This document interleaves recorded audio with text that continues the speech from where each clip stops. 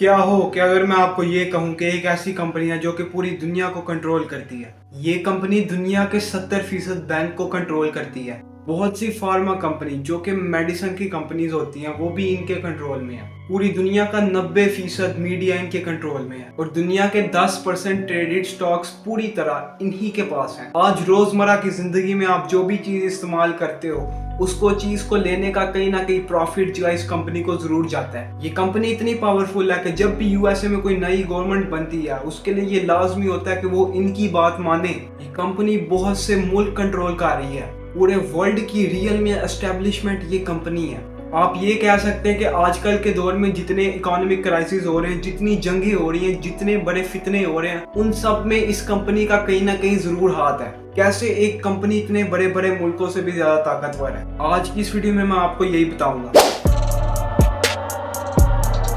अस्सलाम वालेकुम दोस्तों, ये एक ऐसी कंपनी है जो कि एसेट मैनेजमेंट और बैंक सिस्टम कंट्रोल करती है और इस कंपनी का नाम है ब्लैक रॉक। ये एक एसेट मैनेजमेंट और इन्वेस्टमेंट कंपनी है। इस कंपनी के जरिए बहुत सी कंपनीज के शेयर्स कंट्रोल होते हैं। आप ये भी कह सकते हैं कि इस कंपनी के पास बहुत सी कंपनीज के शेयर हैं। इन कंपनीज में मीडिया की एक बहुत बड़ी लिस्ट है।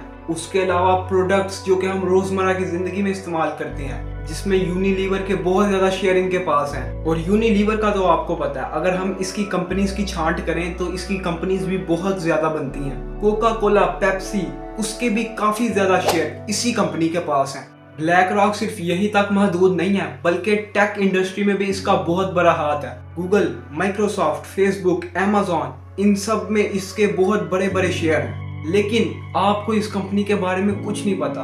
क्यों?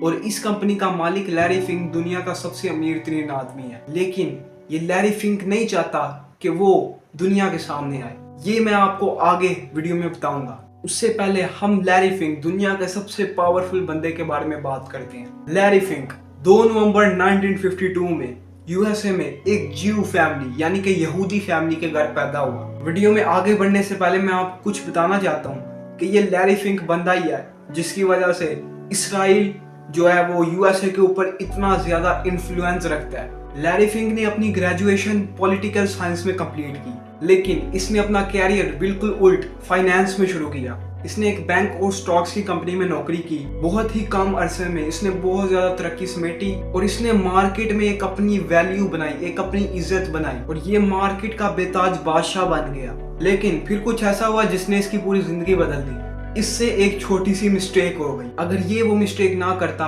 तो आज ब्लैक रॉक भी ना होती।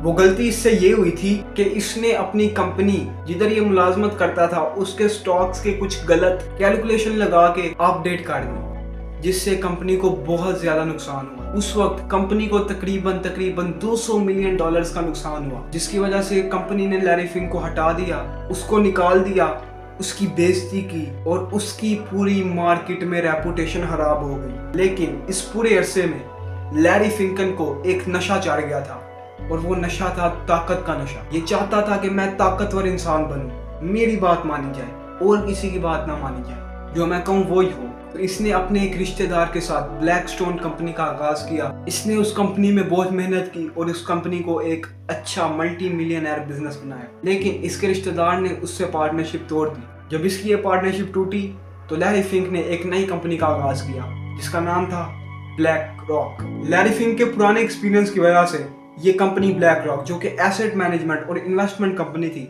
इसने बहुत ही ज्यादा कामयाबी समेटी। इसने छोटे छोटे स्टार्टअप्स में इन्वेस्ट किया, उन छोटे छोटे स्टार्टअप्स के शेयर्स खरीदे जो कि इन्होंने बहुत समझदारी से खरीदे थे और आज इनके वही शेयर्स की तादाद billions of dollars, trillions of dollar में। यही वजह है कि हर बड़ी कंपनी, गूगल, फेसबुक, अमेज़न, ये कोई भी चेंज करते हैं तो इनके लिए जरूरी होता है कि ये लैरी फिंक से राब्ता करें, उसका इत्मीनान लें, क्योंकि वो बंदा इनकी कंपनी का सबसे बड़ा शेयर होल्डर है। ब्लैक रॉक अपनी कामयाबी की सीढ़ी चढ़ रहा था, लेकिन बीच में आ जाता है 2008 का रिसेशन। पूरी दुनिया इकोनॉमिक क्राइसिस से निपट रही थी, लेकिन वहीं पे ब्लैक रॉक को फायदा हो रहा था, क्योंकि ब्लैक रॉक ने एक ऐसा सिस्टम बनाया था, एक ऐसा एल्गोरिथम बनाया था जिसकी वजह से इस रिसेशन का ब्लैक रॉक के ऊपर कोई असर नहीं हुआ। 2008 में पाकिस्तान में भी बहुत ज्यादा बुरे हालात थे। 2008 से लेकर 2010 के पीरियड में पाकिस्तान में बहुत ज्यादा लोड शेडिंग थी। ये पूरी दुनिया में इकोनॉमिक क्राइसिस थे, जिसकी वजह से काफी कंपनीज बंद हुई और काफ़ी कंपनीज को बिलियंस ट्रिलियंस ऑफ डॉलर का नुकसान हुआ। इस दौर में बहुत से मुल्क डिफॉल्ट भी हो गए, लेकिन लैरी फिंक स्ट्रेटजीज की वजह से इस पूरे अरसे में बहुत ही ज़्यादा कामयाब हुआ। लेकिन लैरी फिंक ने कुछ ऐसी स्ट्रेटजीज अपनाई जिसकी वजह से इसे बहुत ही ज़्यादा फायदा हुआ। ये आप एक लिस्ट देख सकते हैं, ये जितनी भी कंपनीज हैं ये सारी की सारी ब्लैक रॉक के कंट्रोल में है, जिसमें grocery, tech, media, oil industry, pharma companies, banks, ये सारे 90% दुनिया के इनके कंट्रोल में। अगर आप इसी तरह का एजुकेशनल कंटेंट देखना चाहते हैं तो आप मेरे चैनल को सब्सक्राइब कर दें और बेल आइकन को दबा दें इस तरह की वीडियोस देखने के लिए।